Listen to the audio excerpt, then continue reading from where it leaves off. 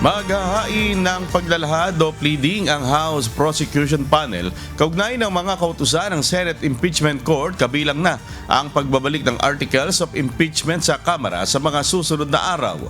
Gayun din ang hinihinging sertifikasyon na hindi lumabag ang House of Representatives sa probisyon ng saligang batas na nagbabawal sa paghahain ng mahigit isang impeachment case laban sa isang government official sa loob ng isang taon.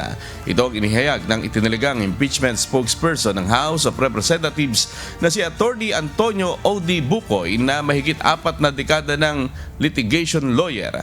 Kinundina ng abogado ang anyay mga hakbang upang iantala ang impeachment proceedings laban kay BP Duterte. Kabilang na ang mga hakbang ni Presiding Officer ng Impeachment Court na si Senate President Francis Escudero. Mahihiya sila. Ikahihiya nila itong ginagawa ng kasalukuyang Senado. Iba yung komposisyon nun eh. Iba. Umaani ng respeto. Walang patutsada. Ngayon ho, dahil sa actuation nila, maraming patutsada. Hindi ho maiiwasan yan. Hindi naman bulag ang tao eh.